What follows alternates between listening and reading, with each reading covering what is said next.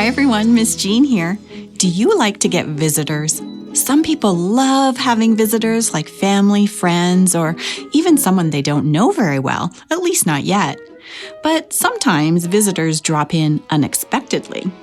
Janet and her dad, Steve Beckman, don't know it yet, but they're about to have a surprise visitor. Will it be a happy surprise or will it be stressful? Well, right now, someone in the Beckman household is very distressed. Let's join everyone and learn more as we exercise our faith in today's mini-adventure called Playing Possum. Janet, you better get those dinner dishes done before your mom gets back. But Dad, I have homework to do. You also have dishes to do. Okay, but can I at least finish this text to Lana? It's important. Oh, really? Yes, Chaplain Jake gave us an impossible assignment. I doubt it's that bad. Yes, it is. It's about looking for the good in everyone, seeing them the way Jesus would see them. That doesn't sound so difficult. It is. I have to think of someone I don't like and write about something good I can see in them. And you can't think of anyone? Oh, I can think of someone. Who? Mrs. Prattle across the street. Dear old Mrs. Prattle? What's so bad about her? Every time I take Ruby for a walk, she hollers at me to be sure I pick up after her. I always pick up after her. Well, that's hardly worth getting so worked up about. Oh, yeah? How about when we leave the garbage can out too long? There's always a knock on our door about that one. Well, Mrs. Prattle does like to remind everyone about the Homeowners Association rules. Ruby, what are you barking about? I'll go check on her, Dad. Take a flashlight.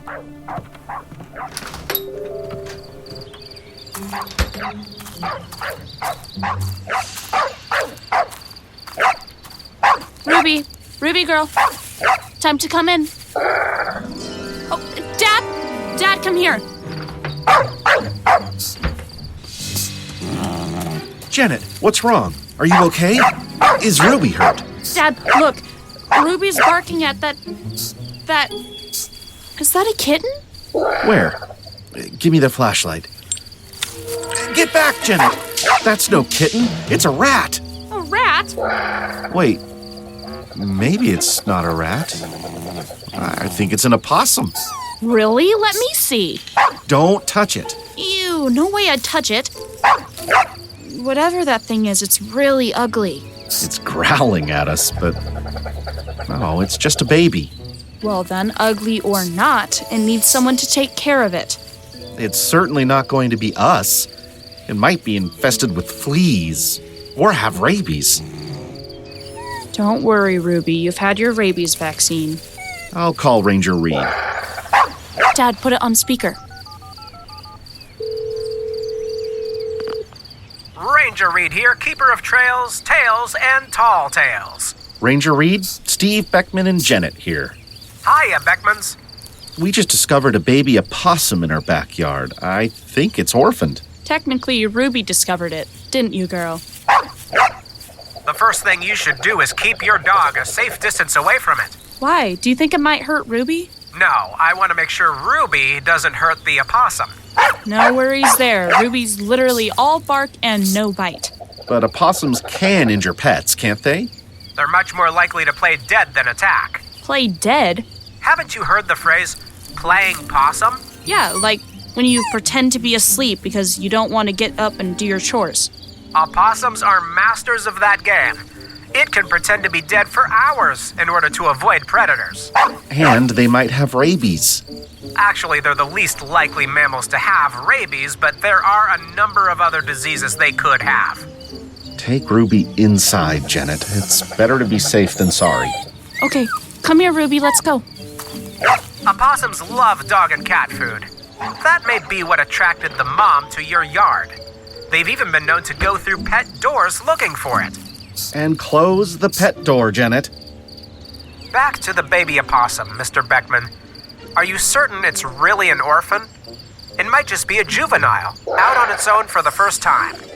Well, I don't see a mother around. Ruby was out here barking at it for at least half an hour before we finally came to investigate. I put Ruby in my bedroom, and the pet door is locked. Good. So, what are we going to do with the baby possum? That depends. How big is your Joey? Joey, we haven't named it. There's no way we're keeping it as a pet. Baby possums are called Joeys, Janet. Just like baby kangaroos. They're both marsupials. So, how big is the Joey? I'd say 5 inches? 6 at the most. Anything less than 7 inches is definitely too small to be away from its mama. Then what should we do?